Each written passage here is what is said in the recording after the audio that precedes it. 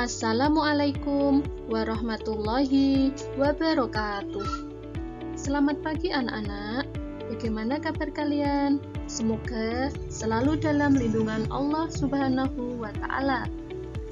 Bertemu kembali dengan kuliah pada pelajaran Pendidikan Agama Islam dan Budi Pekerti. Guru akan menjelaskan tema 2 tentang mengenal Allah Subhanahu wa Ta'ala dan kitabnya. Subtema 2, mengenal kitab-kitab Allah Subhanahu wa Ta'ala. Sebagai umat muslim, tentunya kita harus beriman kepada kitab-kitab Allah, karena hal tersebut termasuk dalam rukun iman yang ketiga.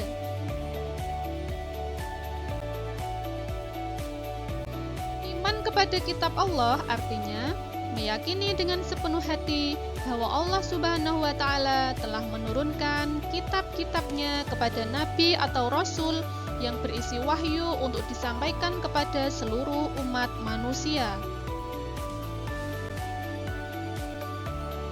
Tujuannya yaitu untuk kebahagiaan umat manusia di dunia dan di akhirat. Dalam Al-Quran surat An-Nisa ayat 136 yang berbunyi, Bismillahirrahmanirrahim. Ya ayyuhalladzina amanu aminu billahi wa rasulihi wal kitabilladzi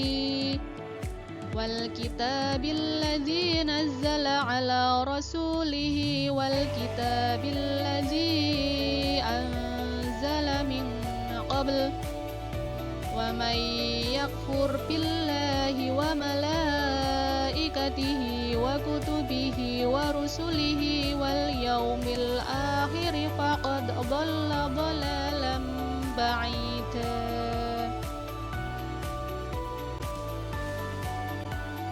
Artinya, wahai orang-orang yang beriman, tetaplah beriman kepada Allah dan Rasul-Nya Muhammad, dan kepada kitab Al-Quran yang diturunkan kepada Rasul-Nya, serta kitab yang diturunkan sebelumnya. Barang siapa ingkar kepada Allah, malaikat-malaikatnya, kitab-kitabnya, rasul-rasulnya, dan hari kemudian, maka sungguh orang itu telah tersesat sangat jauh. Dalam ayat tersebut, Allah menyuruh manusia beriman kepada kitab Al-Quran dan kitab-kitab yang diturunkan kepada para rasul sebelumnya. Jika tidak beriman kepada kitab-kitab itu, maka termasuk golongan orang yang sesat.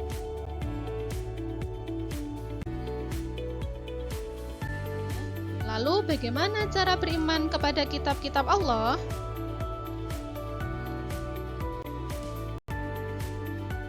Caranya yaitu dengan meyakini bahwa Allah Subhanahu wa Ta'ala telah menurunkan kitab-kitabnya kepada para rasulnya melalui malaikat Jibril. Kitab-kitab tersebut harus dijadikan pedoman hidup untuk menuntun dan mengatur cara kita bersikap, guna mencapai keselamatan dan kebahagiaan hidup di dunia dan di akhirat.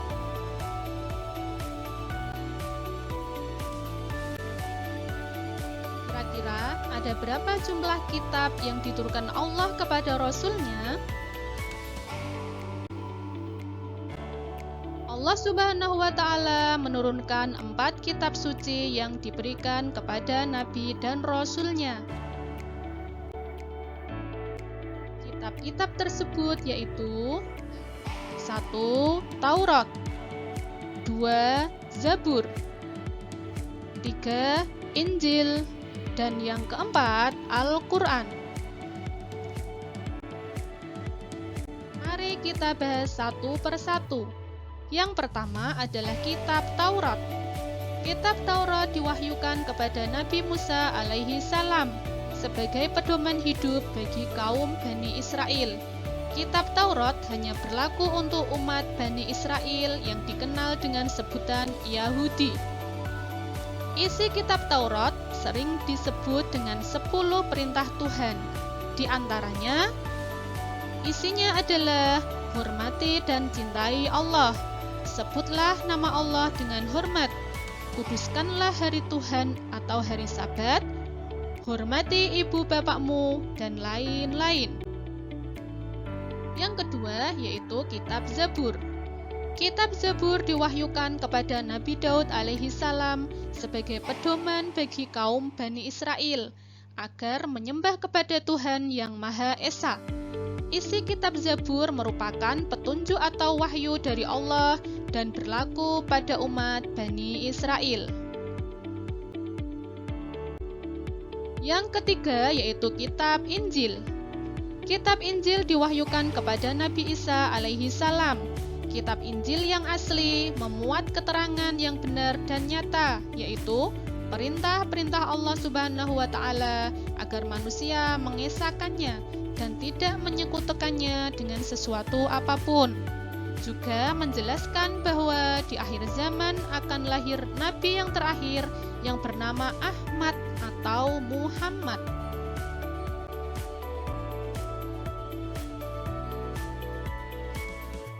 Yang selanjutnya yaitu kitab Al-Quran. Al-Quran adalah kitab terakhir yang diturunkan kepada Nabi Muhammad SAW pada abad ke-6 Masehi di Mekah.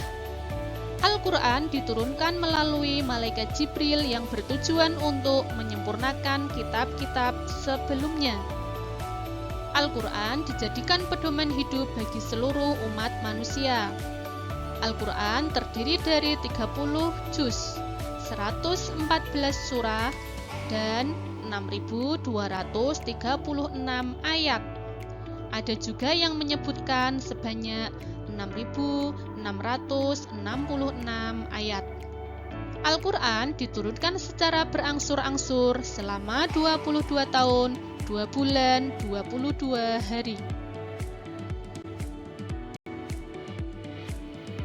Al-Quran menyempurnakan seluruh hukum-hukum Allah Subhanahu wa Ta'ala yang terdapat dalam kitab-kitab yang diturunkan sebelumnya.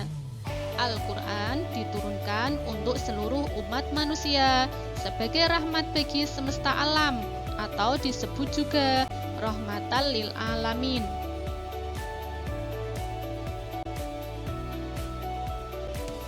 Kitab-kitab Allah membawa ajaran yang terpuji. Keempat kitab tersebut memuat ajaran-ajaran terpuji, diantaranya yaitu 1. Ajaran sikap terpuji terhadap Allah Subhanahu wa Ta'ala. 2. Ajaran sikap terpuji terhadap manusia. 3. Ajaran sikap terpuji terhadap hewan. Dan yang keempat adalah ajaran terpuji terhadap tumbuh-tumbuhan. Nah, anak-anakku semuanya, itu tadi penjelasan materi tentang mengenal kitab-kitab Allah.